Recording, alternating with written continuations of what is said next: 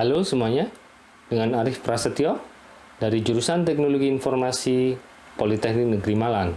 Pada video kali ini kita akan membahas tentang lapisan network dari model jaringan OSI. Kalau kita ingat, lapisan aplikasi dia menyediakan data yang ingin dikirim ke jaringan, serta menerima data dari jaringan untuk diserahkan ke aplikasi tujuan. Lalu lapisan transport dia fungsinya mengelola komunikasi antar proses atau antar aplikasi. Lapisan network ini tugasnya mengurusi bagaimana perangkat-perangkat jaringan itu bisa menjangkau satu sama lain. Lapisan network atau lapisan ketiga model OSI menyediakan layanan untuk pertukaran setiap potongan data di sepanjang jaringan antar perangkat-perangkat yang saling berkomunikasi. Untuk itu ada 4 proses yang diperlukan untuk disediakan dan dilaksanakan oleh lapisan network. Yang pertama pengalamatan, yang kedua enkapsulasi, yang ketiga routing, dan yang keempat dekapsulasi. Pengalamatan. Lapisan network harus menyediakan mekanisme untuk memberi identitas perangkat-perangkat di dalam jaringan, entah itu end devices maupun intermediary devices. Identitas ini berupa alamat, jadi saat potongan-potongan data diarahkan ke sebuah perangkat, maka perangkat tersebut harus memiliki alamat yang unik, supaya nggak salah. Perangkat yang sudah terhubung dengan jaringan dan memiliki alamat sering kita sebut sebagai host. Proses berikutnya enkapsulasi. Di lapisan network juga ada proses enkapsulasi. Dia menerima potongan data atau segmen dari lapisan transport, lalu dia akan menambahkan informasi tambahan sesuai dengan protokol lapisan network dan membentuk sebuah paket.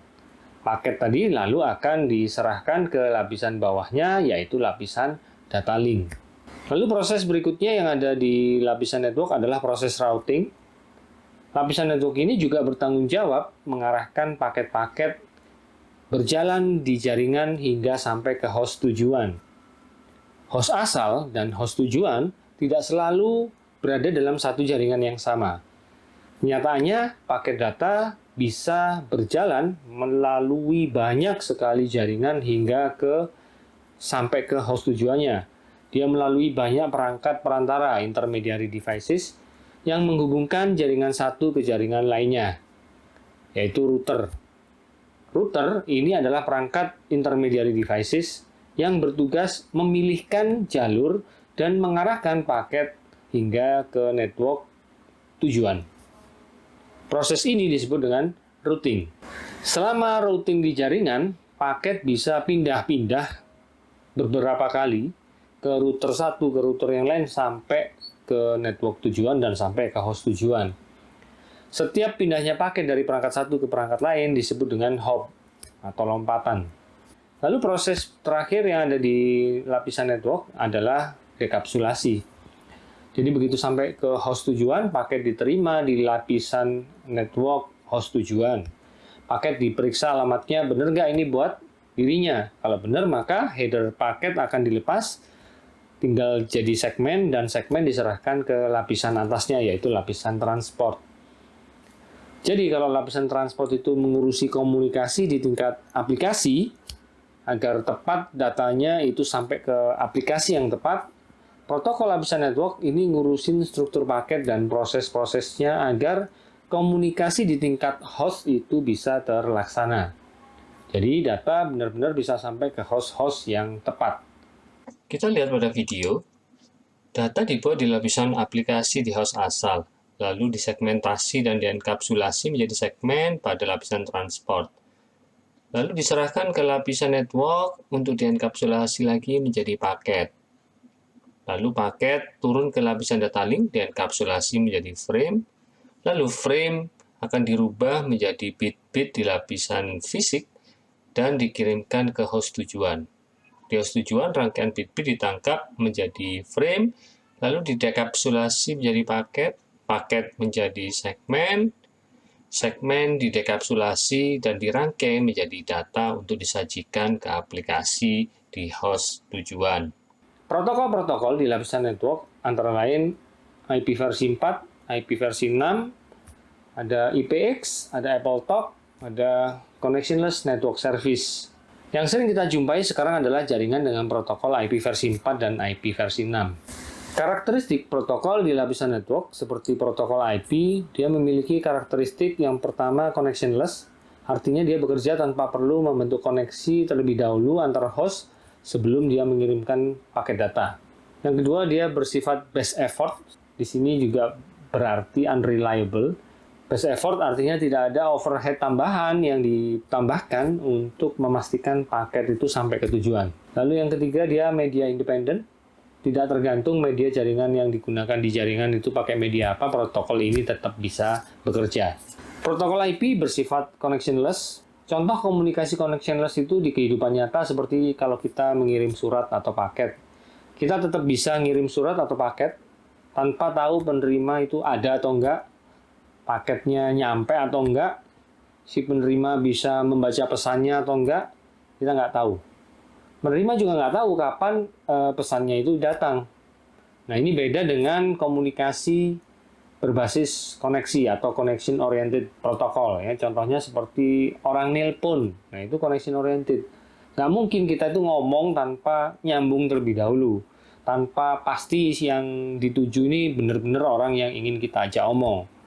Nah, protokol di lapisan network bersifat connectionless. Artinya, protokol akan mengirimkan paket data tanpa membuat koneksi terlebih dahulu. Protokol lapisan network seperti IP bersifat best effort, tidak handal alias unreliable, artinya dia tidak punya kemampuan untuk mengelola, merecover paket yang hilang atau rusak di tengah jalan. Karena itulah overhead-nya rendah. Tapi dia jadi bisa berfungsi secara efisien di lapisan network ini ya. Kecepatannya tinggi karena tidak ada data tambahan yang banyak untuk melakukan fungsi-fungsi yang tidak diperlukan. Urusan data nggak sampai itu dilakukan atau diserahkan ke protokol lain seperti protokol TCP di lapisan transport. Sehingga IP nggak perlu nambahi fungsi tersebut di header paketnya. Protokol lapisan network juga bersifat media independen. Dia tidak perlu tahu media yang akan dilewatinya pakai apa. IP versi 4 dan IP versi 6 contohnya tetap bisa bekerja tanpa tergantung dengan media. Itu nanti urusannya lapisan data link atau lapisan fisik. Kadang jaringan kita gunakan kabel tembaga sebagai media, kadang fiber optik, kadang media wireless, atau kadang kita pakai ketiga-tiganya itu di dalam sebuah jaringan yang dilalui paket dari host pengirim ke host tujuan. Nah, protokol lapisan network tetap bisa bekerja apapun medianya. Bagaimana enkapsulasi pada lapisan network? Lapisan network mengenkapsulasi segmen menjadi paket. Lapisan transport melakukan segmentasi, memotong data-data aplikasi, dan menambahkan header pada potongan tersebut menjadi sebuah segmen. Segmen lalu diterima lapisan network, ditambahkan informasi sesuai protokol lapisan network ini. Hasil enkapsulasi tersebut membentuk protokol data unit yang kita sebut dengan paket. Nah, data apa saja yang ditambahkan pada header paket di lapisan network? Header lapisan network berisi data-data seperti di gambar. Ada kolom atau field var berisi versi protokol yang digunakan. Ada IHL, Internet Header Length, isinya informasi panjang header ini di dalam hitungan baris. Jadi per baris ukurannya 4 byte, nah ini berapa baris, bukan berapa byte ya. Lalu ada type of service, tipe service isinya 8 bit biner untuk menentukan prioritas setiap paket. Ini digunakan untuk keperluan quality of service, yaitu mekanisme yang menentukan prioritas paket dalam pengiriman. Lalu ada kolom packet length, isinya adalah jumlah byte ukuran total dari paket termasuk header dan datanya. Ada identification, digunakan untuk mengidentifikasi paket. Lalu ada fragment flag dan fragment offset, digunakan apabila paket ini perlu difragmentasi pada saat dikirimkan. Kadang media yang berbeda itu kapasitasnya juga berbeda dalam satu kali pengiriman, sehingga kadang-kadang paket perlu dipotong.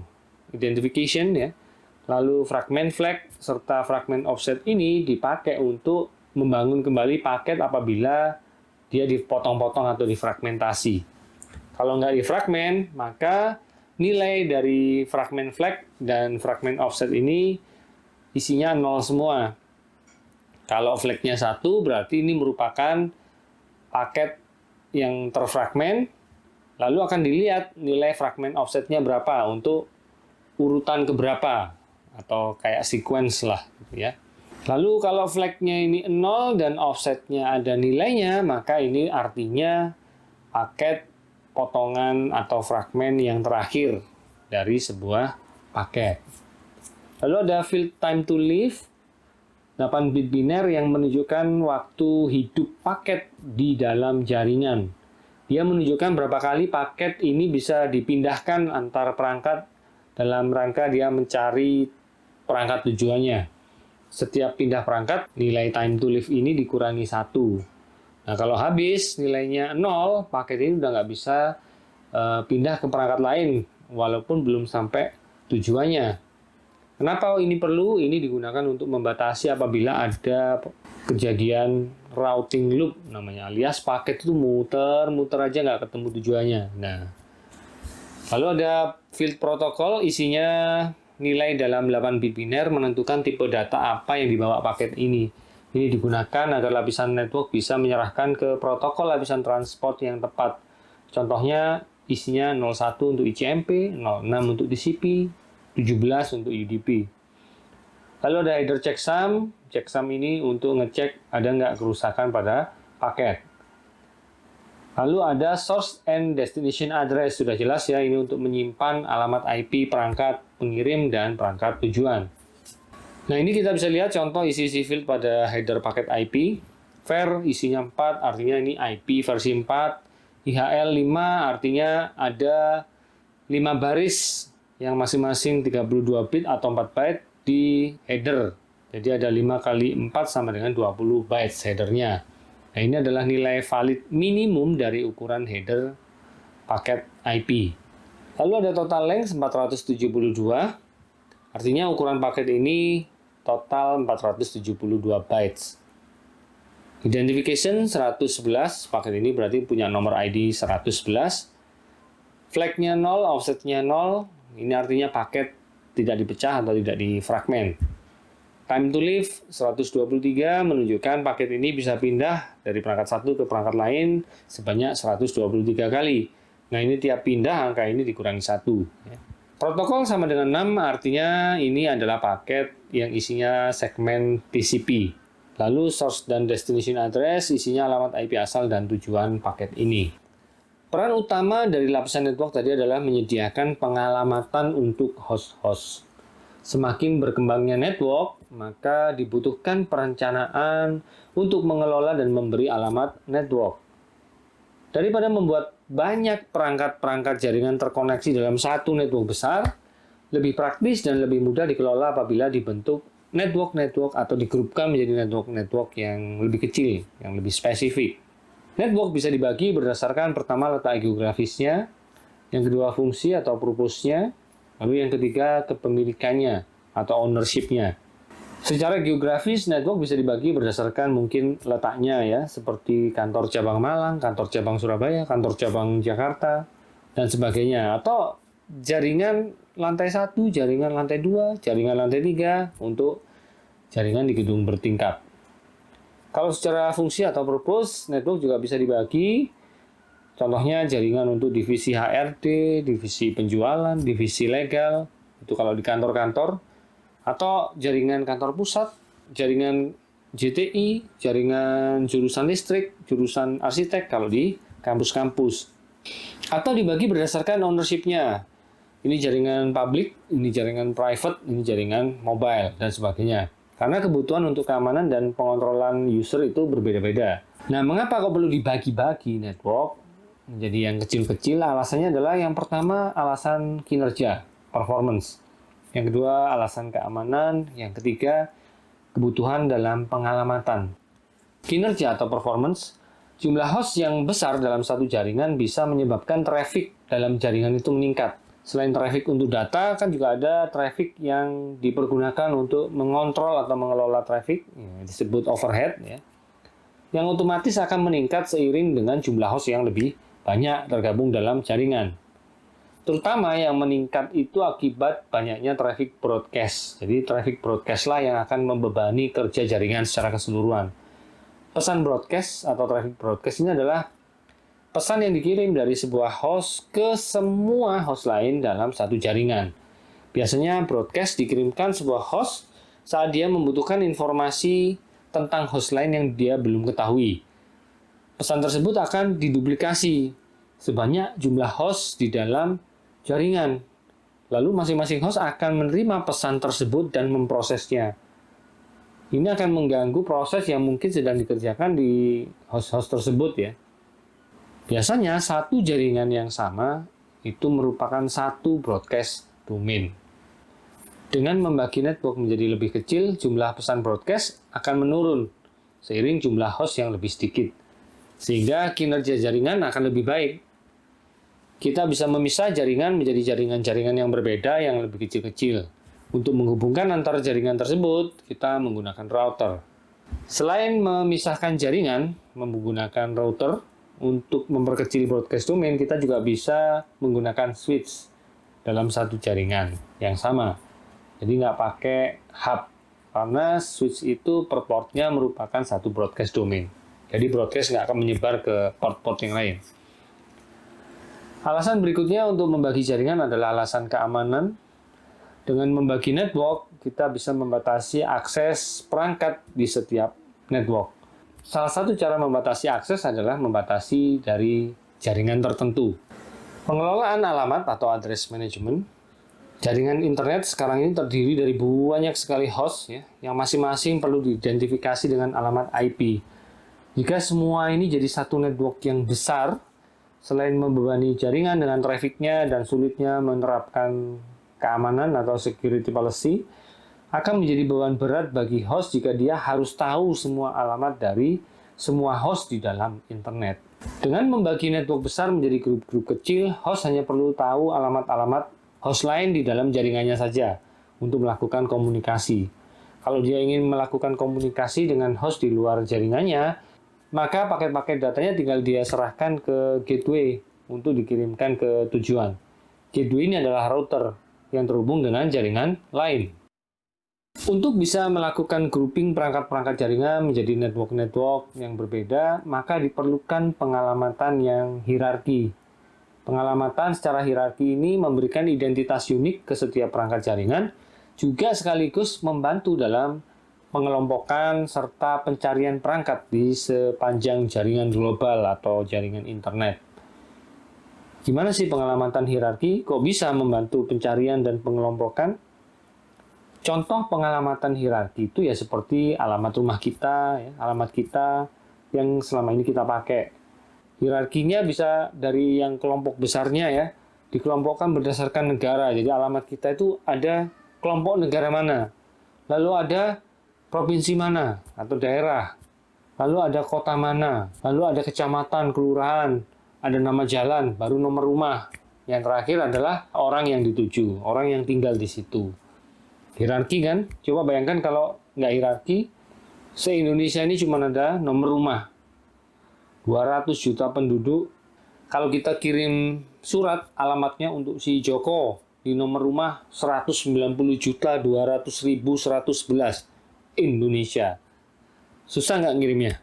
Gimana cara ngirimnya? Susah banget ya. Nah, di jaringan, pengalamatan di lapisan network juga sama, menggunakan hierarki. Pengalamatan protokol IP versi 4, contohnya, dia menggunakan 32 bit biner yang dibagi menjadi 4 bagian, masing-masing 8 bit. Kalau ditulis, pakai desimal biar gampang, dan masing-masing bagian itu dipisahkan dengan titik. Masing-masing bagian nilainya rentangnya dari 0 sampai 255.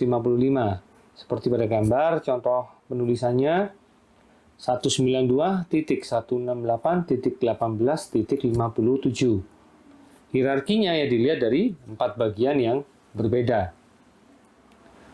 Nah, tergantung kelas-kelas alamat IP, ada bagian yang menjadi porsi jaringan, ada bagian yang menjadi ID, anggota jaringan atau host.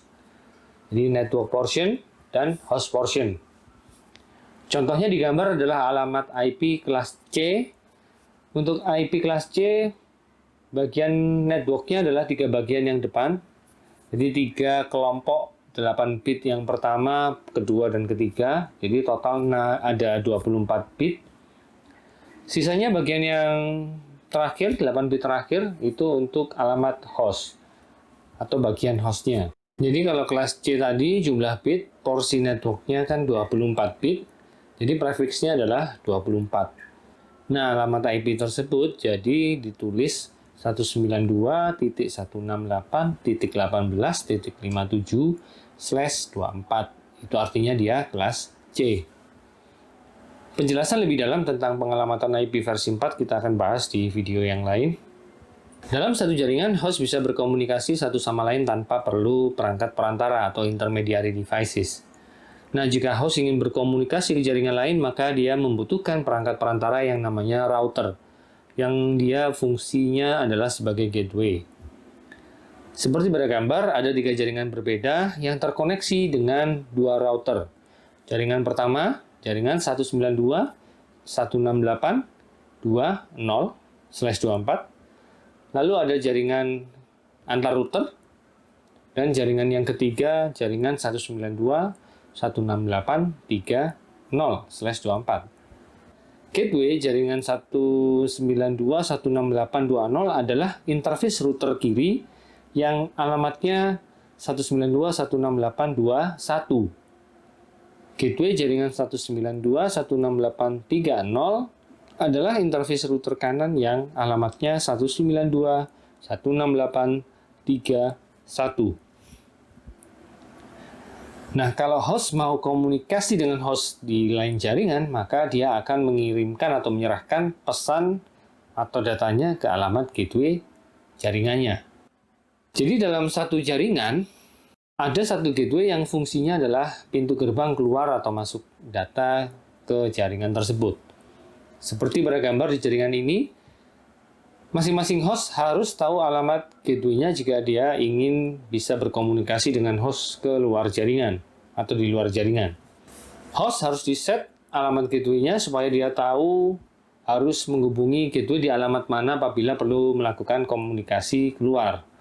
Alamat gateway bisa di-set di settingan IP tiap perangkat yang terkoneksi ke jaringan. Contohnya di gambar ini setting Windows ini ya. Nah, kalau data sudah sampai di gateway yang merupakan interface-nya router, dia yang akan bertugas mencarikan jalan hingga data bisa sampai ke host di network tujuan. Router akan mencarikan jalan bagi paket dengan cara melihat informasi yang dimilikinya yang disebut dengan tabel routing. Di tabel routing ada informasi tentang jaringan-jaringan yang dia ketahui dan bagaimana cara menempuhnya. Informasi jaringan yang ada di dalam tabel routing dilengkapi dengan informasi next hop address. Seperti di gambar, next hop address adalah alamat router yang harus dia lalui untuk bisa sampai ke jaringan tertentu. Contoh di gambar, di tabel routing ada 2 informasi jaringan dan next hop address-nya. Jaringan yang pertama 10.1.1.0/24, jaringan yang kedua 10.1.2.0/24, yang kebetulan next hop address-nya sama, yaitu 192.168.1.2/24. Artinya, kalau ada paket untuk host di jaringan tersebut, paket akan diteruskan ke router dengan alamat 192.168.1.2, yang kalau di gambar ini adalah router di sebelah kanan. Kalau dilihat informasi dalam tabel routing secara detail, contohnya adalah seperti ini. Ini adalah contoh tabel routing router sebelah kiri yang namanya local router. Di situ kita melihat ada 3 jaringan. 10.1.1.0 bisa dicapai dengan mengirimkan ke alamat router 192.168.2.2 atau interface fast Ethernet-nya 00. Lalu berikutnya jaringan 10.1.2.0 ini juga bisa dicapai dengan mengirimkan ke alamat router 192.168.2.2 atau interface fast Ethernet 00-nya juga. Lalu yang terakhir ada informasi jaringan 192.168.1.0 yang merupakan jaringan directly connected, artinya jaringan yang terhubung langsung ke router ini. Nah, gimana kalau ada paket masuk ke router ini, tapi informasi tentang network tujuannya nggak ada di dalam tabel routingnya? router nggak akan bisa ngirim paket tersebut. Akan ada pesan error, no route to host. Atau kalau kita ping, akan dapat jawaban destination host unreachable. Lalu bagaimana cara untuk menambahkan informasi jaringan di dalam tabel routing? Untuk nambah informasi jaringan di tabel routing, kita bisa menambahkannya secara manual. Itu disebut dengan static routing. Atau menggunakan protokol routing agar router bisa mencari jalan atau rute secara otomatis. Itu disebut dengan routing dinamis. Jadi kalau kita mau pakai static routing, rute ke setiap jaringan harus secara manual kita tambahkan di masing-masing router yang ada. Semakin banyak jaringan dan semakin banyak router, kita bekerjanya juga lebih banyak ya, semakin banyak. Tapi router nggak perlu mikir lagi dan bingung mencari rute ke jaringan-jaringan tujuan. Sudah kita beritahu secara manual. Beda lagi kalau kita menggunakan dynamic routing, kita tinggal aktifkan di router-router untuk menggunakan protokol routing tertentu. Nanti router akan berkomunikasi satu sama lain, bertukar informasi tentang jaringan yang mereka ketahui, saling melengkapi untuk ditambahkan ke tabel routing setiap router. Nah, hal ini butuh proses, butuh prosesor ya, butuh waktu, serta otomatis butuh traffic jaringan untuk berkomunikasi dalam penggunaan protokol routing dinamis. Contoh protokol routing dinamis adalah RIP, Routing Information Protocol, ada OSPF, Open Shortest Path First, ada IGRP, ada EIGRP, ada ISIS, dan lain sebagainya. Nah, itu yang kita pelajari tentang lapisan network. Apa peranan lapisan network dalam komunikasi jaringan, itu fungsinya menghubungkan host-host di jaringan, apa saja protokol-protokolnya, sifat-sifat protokolnya, connectionless, best effort. Ya. Kenapa kok di jaringan perlu di grup-grup menjadi network yang sesuai? Lalu bagaimana proses pengalamatan yang hierarki? Bagaimana routing dilakukan di lapisan network? Sekian video tentang lapisan network. Semoga bermanfaat dan tetap semangat.